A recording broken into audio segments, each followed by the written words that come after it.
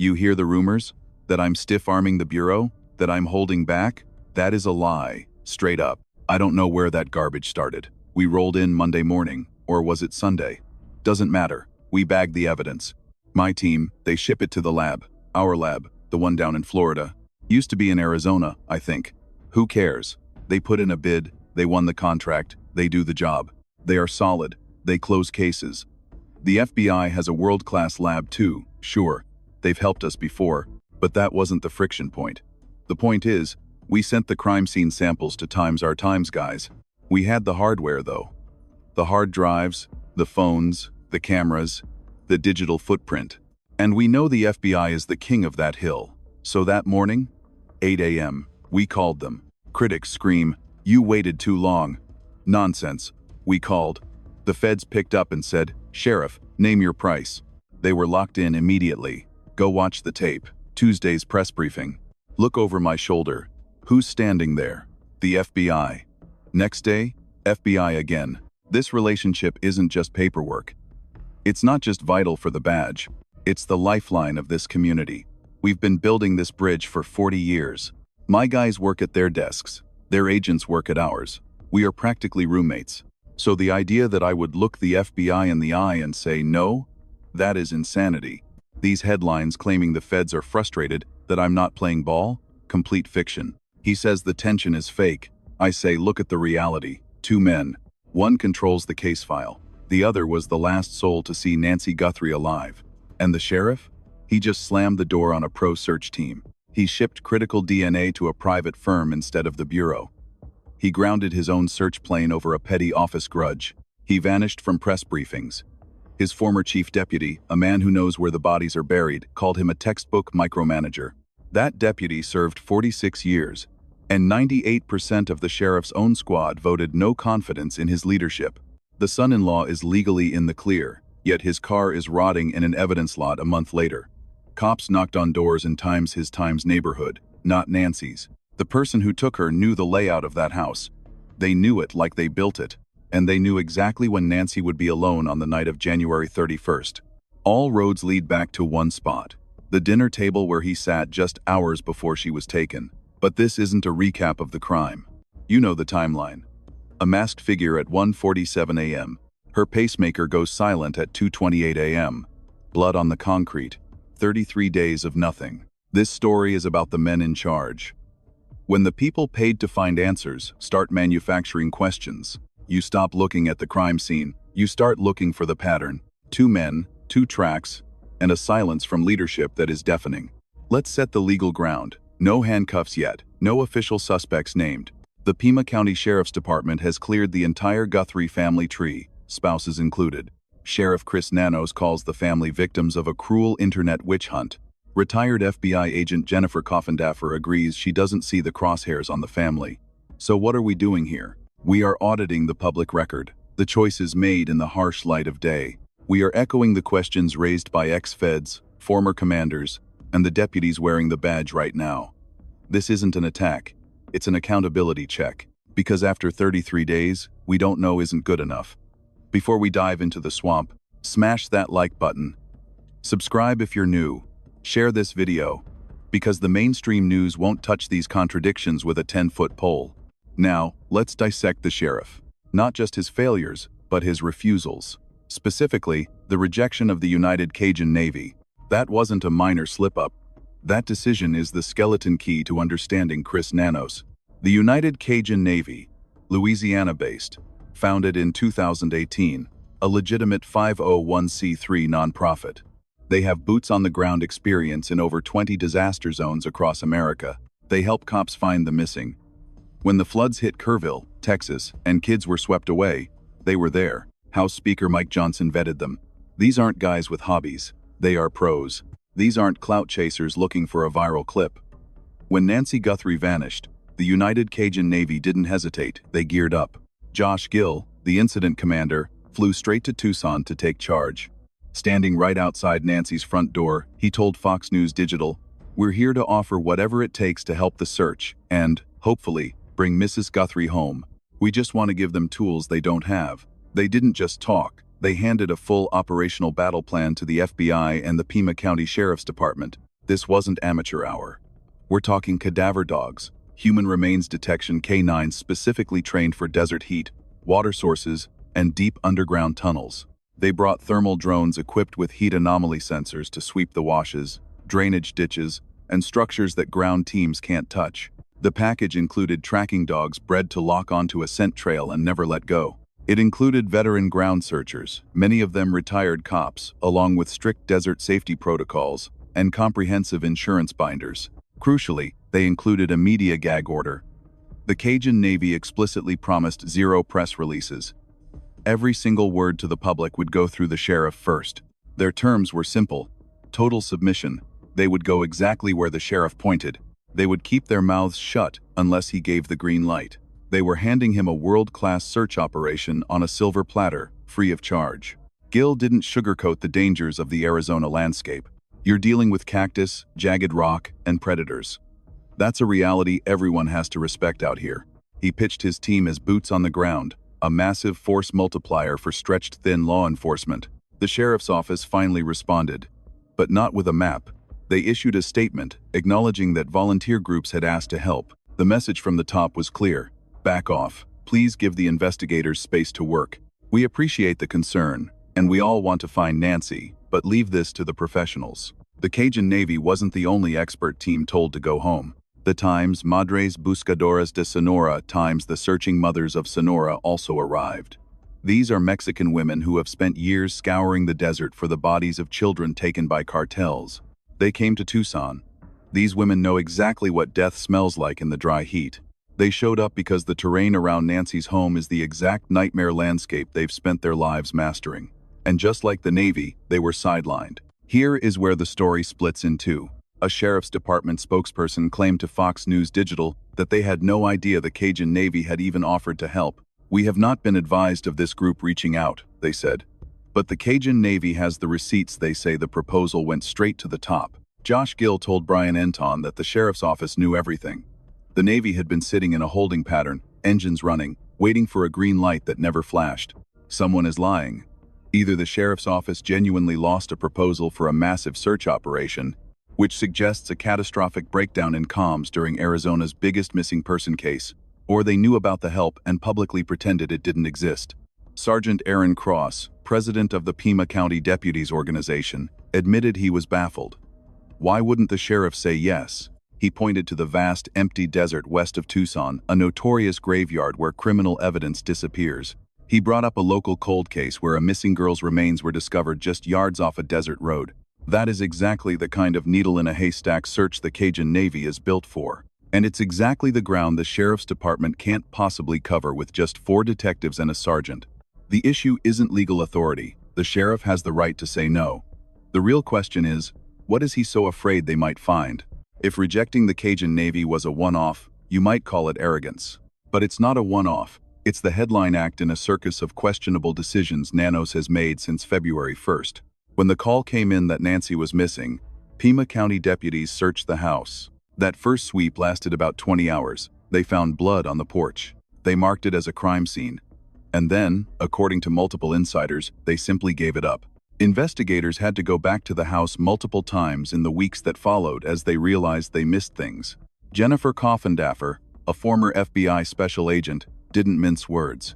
She said if she were running this, that house would still be under yellow tape. She warned that every time you unlock that door, you break the chain of custody. You invite contamination. You destroy the integrity of the evidence. As she put it, this is a field day for any defense attorney. Paul Hubel, a former Chicago cop and private investigator, told Radar Online that the sheriff's team was grossly negligent.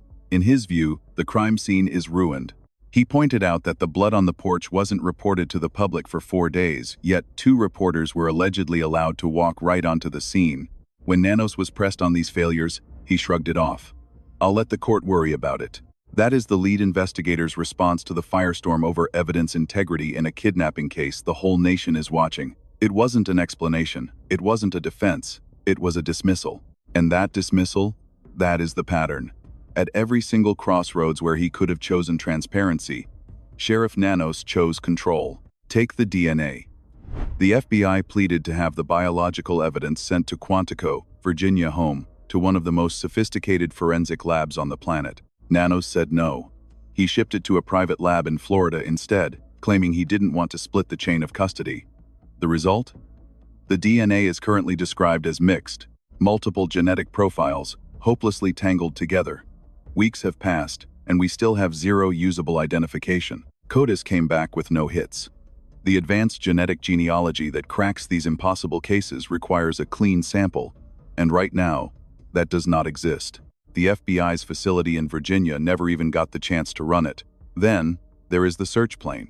On the day Nancy vanished, the aircraft equipped with thermal imaging sat on the tarmac for a 3-hour delay. The reason? Nanos had a personal beef with the pilot. The only deputy certified to fly that bird had clashed with the sheriff weeks earlier, so Nanos grounded him and shoved him back to street patrol. 3 hours lost. In a kidnapping case, those first few hours aren't just important, they are everything. This behavior isn't new. Former Chief Deputy Richard Castigar, a man who spent 46 years on the job before retiring in 2023, told the press that Nanos is the definition of an ineffective micromanager. His take? This file should have been handed over to the FBI 2 weeks ago. Every scrap of evidence should have been at Quantico from day one. But Chris keeps his inner circle tight.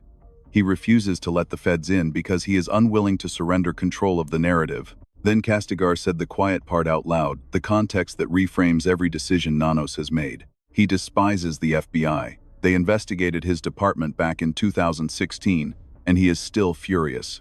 He holds a grudge. The feds started looking into the Pima County Sheriff's Department in 2015 over the misuse of civil asset forfeiture funds. Nanos was never charged, but his boss was indicted, and the scandal cost Nanos the subsequent 2016 election. According to his own former chief deputy, that decade-old vendetta is now dictating how a life-or-death kidnapping investigation is run. Multiple law enforcement sources confirmed to the Daily Mail that Nanos and his hand-picked team are actively withholding key intel from the FBI. One source put it bluntly, "It is limited to the thought processes of 3 men. They are keeping everything from the Bureau. They just aren't sharing. It is 3 guys calling the shots. Nanos, Chief Jesus Lopez, and Captain Juan Carlos Navarro. Everyone else is just taking orders with zero say in the direction of the case." Another source explained, "The FBI is operating with their hands tied. Technically, Nanos doesn't answer to the FBI. They are separate kingdoms. This is the climate inside the department." Nanos scraped by in his 2024 re-election by just 481 votes. And right before the ballots were cast, he suspended his opponent. Lieutenant Heather Lappin, a 19-year veteran, was placed on administrative leave after early voting had already begun. Lappin has since walked away from the department, accusing Nanos of subjecting her to a campaign of torture. He pulled the same move on Sergeant Aaron Cross, the union leader. Cross is now suing the county. The Pima County Board of Supervisors formally requested that the U.S. and Arizona Attorneys General launch an outside investigation into Nanos's conduct, leading up to the vote. Back in September 2024, the board also demanded a meeting with Nanos regarding his handling of an alleged sexual assault of a female employee by her supervisor. The deputies' union claimed Nanos buried the investigation, forcing yet another referral for an independent probe. An anonymous deputy told Radar Online that the department's most senior homicide investigator has only been in that division for 3 years because the sheriff keeps bullying the experienced people into quitting. Bob Kriegier, a former Pima County Sheriff's lieutenant with 25 years of SWAT experience, went on the Surviving the Survivor podcast and said, "I am pissed off and I am sad. This is an organization I take pride in. I care about its reputation, and I truly hate what it has become." He revealed a morale poll showing 98% of the department voted no confidence in the sheriff. Think about that number. Kriegier said, "This isn't Mayberry. We need to do better." He claimed Nanos ignored the result entirely. Kriegier also took aim at the sheriff's media strategy. He is not the right guy to deliver those messages. He gets wrapped up in his own head. He gets too emotional. After his early press conferences turned into PR disasters, Nanos retreated from public accountability. No pressers in weeks, just select one-on-one interviews with friendly outlets he handpicked. Missing persons expert Michael Gould told the Daily Express that Nanos has created confusion and fueled conspiracy theories with his inconsistent communication. And remember, this isn't outside criticism from political rivals. This is the sheriff's own people, active deputies, retired commanders, his former chief deputy, and union leadership. You have the board of supervisors, 98% of the department. A former chief deputy calling him a petty micromanager with a vendetta against the FBI, and a former SWAT commander who says he can't stand to look at the badge anymore. But let's pause. The real issue here isn't whether Nanos is incompetent. Maybe he is. It's not about whether he has an ego the size of the canyon. He definitely does. But our goal here isn't political. It's not about an election. It is entirely about finding Nancy. That is the only thing that matters. You have to ask yourself one chilling question. Is there a specific, tangible reason, something darker than just pride or stupidity, why the sheriff of Pima County has blocked every single lifeline meant to find an 84-year-old woman snatched from her own bedroom? And if that secret reason exists, whose reputation is it saving? Real quick, before we go deeper, huge thanks to everyone tuning in.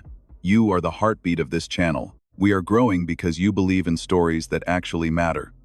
Joining as a member unlocks the Vault exclusive extras, behind-the-scenes access, and the resources to keep shining a light in the dark corners. It seriously helps. And I want to know who is riding with us today. Hit the comments and tell me where you are in the world. If you're still locked in, type "I'm still here" right now. Let's see who has the stamina for the truth. Smash that like button, and let's get back to it. Now, shift your focus. There is a second man in this equation. The sheriff's wall of silence looks a lot more sinister when you stack it against the loose ends surrounding Nancy's inner circle. Enter Tommaso Cione. Born in Italy, husband to Annie Guthrie, Nancy's daughter, Savannah's sister. He lives right there in Tucson, just a few minutes down the road from Nancy's front door. January 31st, the night everything changed. He drives Nancy home from dinner, watches her walk inside around 9:50 p.m. The garage door rumbles shut. Police reports claim he sat there, engine running, waiting until she was safe before pulling away. Now, the Pima County Sheriff's Department has been crystal clear. The Guthrie family and their spouses are not suspects. That is the official line. Nanos calls them victims. Coffindaffer says she doesn't see any sign of them being targeted as perpetrators. Cross confirms they've given the cops everything they asked for. March 2nd. You see Savannah, Annie, and Tommaso standing together, laying flowers and a handwritten card at the memorial outside the empty house. The note is heartbreaking. Though we are surrounded by so much darkness and uncertainty, our love burns bright. We love you, Mommy. We miss you so much.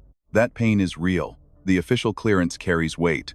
But being not a suspect on paper isn't the same as being forensically eliminated in a lab. And when you have this many loose threads dangling, the silence between the public statement and the hard evidence creates a vacuum that demands answers. First up, knowledge. Coffindaffer pointed it out. The person who took her knew everything. Her habits, her sanctuary, her neighborhood. They knew the floor plan. They knew exactly which floodlights were burnt out, where the cameras were mounted and how to blind them, the rhythm of her night, the schedule, the isolation, and chillingly, they knew where she hid her Apple Watch, a spot Harvey Levin called somewhere you wouldn't necessarily immediately think. FBI Special Agent in Charge, Heath Jonke, verified it. That detail wasn't a guess. That isn't something you learn from watching a house from a car. That is inside information. And Tommaso Cione? He was a regular. He lived minutes away. He was the last one to see those doors close. He knew it all. Does that make him guilty? No. Retired FBI profiler Jim Clemente told Brian Enton that the abductor probably had a looser connection. Think pool boy, landscaper, roofer, delivery driver, someone Nancy might have innocently chatted with, mentioning she lived alone and would be vulnerable that specific night. Dozens of strangers could have held that puzzle piece without sharing her bloodline. But the overlap between what the kidnapper knew and what someone in Tommaso's position would know is a coincidence the police haven't explained away. Problem number 2, the car. Annie and Tommaso's vehicle is still sitting in an evidence locker. They haven't gotten it back. February 27th. CBS 5's Brianna Whitney gets a quote from the Pima County Sheriff's Department. All we can say right now, the vehicle is still part of the investigation. Former FBI agent Maureen O'Connell went on Megyn Kelly's show and flagged this immediately. Keeping a family member's car this long? Highly abnormal. She's processed hundreds of cars. She knows the drill. Coffindaffer tackled this on March 1st, dropping a video to crush the rumor that holding the car equals guilt. She drew a line in the sand regarding the law. These were consent searches. She broke it down. As an FBI agent, If I have probable cause, I don't ask for permission. Why risk a consent search that a defense lawyer will later claim was coerced? If I have the evidence, I get a warrant. That protects the prosecution. Asking for permission means they don't have enough to demand it. But Coffindaffer didn't stop there. She had a few theories on why that car is still locked up. She pointed to a chilling possibility.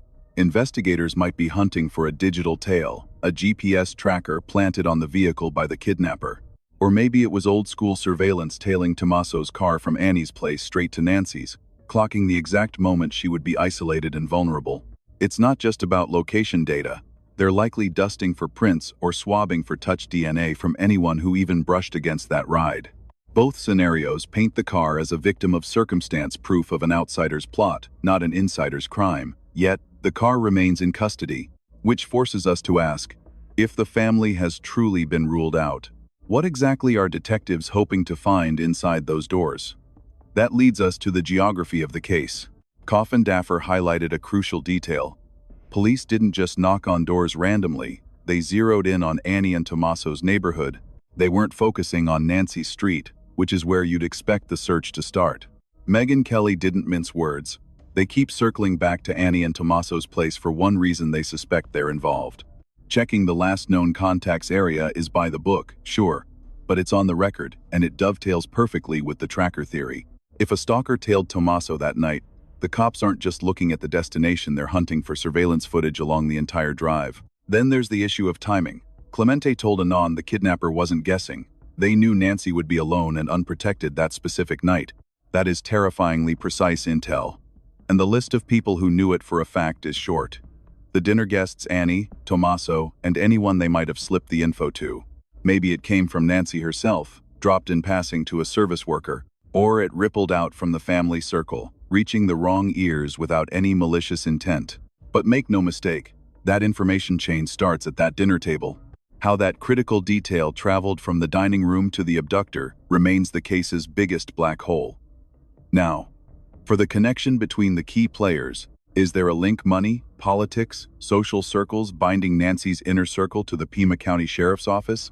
On paper, Sheriff Nanos and Tommaso Chion are strangers. Zero evidence exists that they've ever met. There's no paper trail suggesting the sheriff is shielding the family. But when you layer the patterns on top of each other, silence is no longer an option. You have a lawman whose actions have repeatedly thrown brakes on the case, colliding with a family circle full of holes that a simple "you're cleared" can't patch. When those realities coexist, when the lead investigator acts like an obstacle, and the victim's closest contact hasn't been visibly ruled out, asking if they're linked isn't wearing a tinfoil hat. It's demanding accountability. Here is the lens you need to view this through. When incompetence fails to explain the mess, and every decision seems designed to stall rather than solve, favoring control over teamwork and shadows over sunlight, you stop asking "how did this happen?" and start asking "cui bono?" Who gains? Who wins when a crime scene is unsecured and trampled? A defense lawyer looking to scream contamination in court. Who wins when DNA gathers dust in a local lab instead of flying to the FBI's top-tier facility? Anyone terrified their genetic code is in that vial. Who wins when search parties are barred from the desert? Anyone desperate to keep that patch of earth undisturbed. Who wins when a sheriff dodges the press and drip feeds info to friendly outlets? Anyone who can't afford to answer hard questions. Perhaps it's all just bad luck. Maybe it's just ego and red tape at work. That's possible. But we are 33 days in. An 84-year-old woman is gone, and coincidence is starting to sound a lot like an excuse. The wheels are turning. 100 FBI agents have hit the ground since this started. They've sifted through 23,000 tips, scanned hundreds of thousands of cars, and crunched mountains of cell tower data. Nanos admits this intel has cleared some names, but concedes there is still a massive backlog to churn through. Google is currently pulling drives from Nest cameras. Retired DEA agent Jerry Kelly Snyder has entered the fray with his nonprofit, Find Me, to hunt for answers. But genetic genealogy is the silver bullet. Clemente didn't stutter. This case is getting closed. I have zero doubt, he said. The video proves he wasn't a forensic pro. He messed up. He left his DNA at the scene. He flagged the exposed tattoo, the uncovered face, the biological trace left behind. When the lab spits out a name, and it will, that name unlocks everything.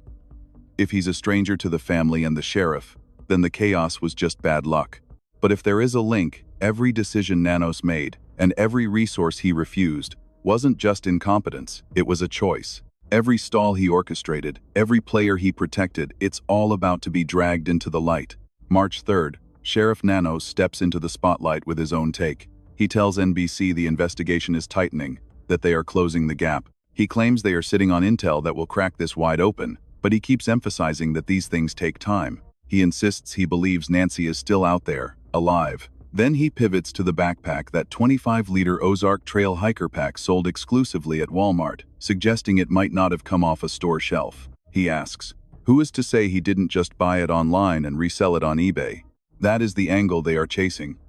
He admits investigators still can't say for sure if one of those Nest camera snapshots was captured on an earlier date. He nods to the frustration, acknowledging the massive public hunger for details, but then plays the duty card, claiming it would be reckless for a law enforcement leader to show his hand to the world. So we get breadcrumbs, controlled updates in one-on-one sit-downs, dodging the crossfire of a full press conference. In a private interview, the sheriff picks the questions, and the man who picks the questions writes the story.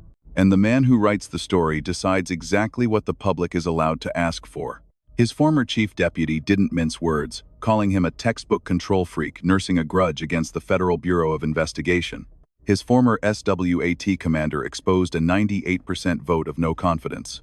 His own deputies labeled this case a total disaster and a national stain. The Board of Supervisors is done asking nicely. They have demanded outside eyes on his conduct. He won his badge by fewer than 500 votes. That slim margin is the one weak point that bureaucratic stonewalling can't hide behind forever. Nancy Guthrie is 84 years old. She has been gone for 33 days, snatched from her sanctuary in the dead of night by someone who knew the layout, the routine, and the exits. The Cajun Navy brought everything to the table: cadaver dogs, thermal drones, boots on the ground, full liability coverage, total media blackout submission to the sheriff's command, at zero cost. The searching mothers of Sonora traveled north from Mexico, bringing decades of hard-won experience finding bodies in the desert. Both teams were told to stand down. The sheriff's own pilot was grounded because of a personal vendetta. The DNA was shipped to a lab the FBI didn't pick. The crime scene was trampled so many times, a former federal agent said a defense attorney would have a field day with the contamination. His ex-chief deputy said this file should have gone to the feds 2 weeks in, accusing the sheriff of letting a feud from 2016 get in the way of the work. And when the heat got turned up, the sheriff just shrugged and said, "I will let the court worry about it." Meanwhile, the family gets a public clearance, yet their car is still locked up in evidence. The biggest question, how the abductor knew the intricate details of Nancy's home, habits, and alarms, remains a black hole. Investigators swept the son-in-law's neighborhood specifically, and that timeline at the dinner table, the mystery of how the abductor knew Nancy would be solitary that specific night, points back to a blind spot investigators won't discuss. 2 men, 2 patterns. One runs the show and has blocked every external hand extended to help. The other was the last soul to see Nancy and was cleared without the public ever seeing the math. Neither pattern confirms guilt, but both patterns scream for sunlight. And after 33 days, sunlight is the one thing this investigation has strictly rationed. Families of the missing deserve detectives who are more hungry for the truth than they are for control. Nancy Guthrie's kin deserve that. Savannah Guthrie deserves that. And this community, people who watch their sheriff turn away help, stall the forensics, and hide from accountability, while painting the family as victims, yet holding their vehicle hostage, they deserve the real story. The DNA will eventually spit out a name. The traffic cams will eventually flag a car. The digital trail will eventually build a timeline. And when that day comes, every call the sheriff made, every asset he rejected, and every second he wasted will be weighed against the result. And every doubt about the inner circle, the insider knowledge, the vehicle, the neighborhood, and that dinner table will finally find its context. Until then, 2 questions hang in the air. What is the sheriff shielding? And what does cleared really mean when the evidence is still in the dark? These aren't rhetorical. These are questions of duty. And Nancy Guthrie, missing for 33 days, taken by a shadow who knew her world better than a stranger ever could, deserves an answer. If you know something, anything, dial 1-800-CALL-FBI. The bounty is $1.2 million. Your name stays out of it. The Pima County tip line is 520-351-4900. You can also submit intel at tips.fbi.gov. If this case haunts you like it haunts us, subscribe so you are here for the break in the case. 33 days of silence started with a single unlocked door. Don't let the noise drown out the details. Hit like, share the story, and help us force the answers this family is still waiting for.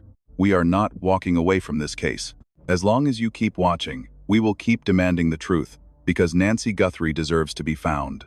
We are done with the PR spin and scripted interviews. Only genuine accountability will bring her home.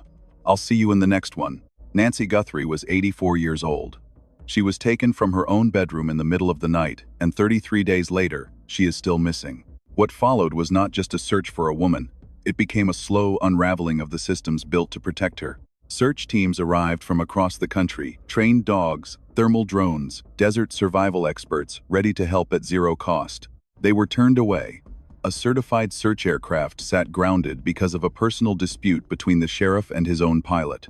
Critical DNA evidence was shipped to a private lab instead of the FBI facility equipped to process it. Weeks passed. No identification, no answers. Meanwhile, 98% of the sheriff's own department voted no confidence in his leadership, and former commanders spoke publicly about a case in crisis. Experienced investigators warned that every time the crime scene was unlocked without protocol, evidence integrity was compromised, a gift to any future defense attorney. On the night of January 31st, someone entered Nancy's home who knew which lights were out, where her devices were hidden, and exactly when she would be alone. The first critical hours, the window that defines most missing person outcomes, were fractured by grounded planes, rejected help, and decisions that still have no public explanation. When the people paid to find answers begin protecting their authority over the search itself, it is the community's responsibility to keep asking the questions. If you have any information about Nancy Guthrie, call 1-800-CALL-FBI or submit a tip directly at tips.fbi.gov. The bounty stands at $1.2 million. The Pima County tip line is 520-351-4900. Every piece of information matters. No detail is too small to report. Follow the facts in this case, not just the official statements. When public records and expert testimony contradict each other, that gap deserves scrutiny. Support the organizations doing the real work.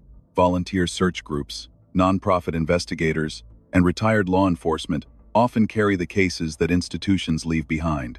When you see a distance between what officials say and what the evidence shows, speak up. Accountability does not end at a press briefing podium. Share this story. The more eyes on a case, the harder it becomes for critical details to go unnoticed, and the harder it becomes to stay silent. Subscribe and stay with us. When the DNA returns a name and the case breaks open, you deserve to be here for every development as it happens. Families of the missing deserve investigators who are more hungry for the truth than they are for control. Nancy Guthrie's family deserves exactly that. This community watched their systems fail in real time, but they also watched ordinary people refuse to look away, and that refusal is where justice begins. Nancy Guthrie is still out there. This community is still watching, and the truth, no matter how long it takes, will find its way to the surface.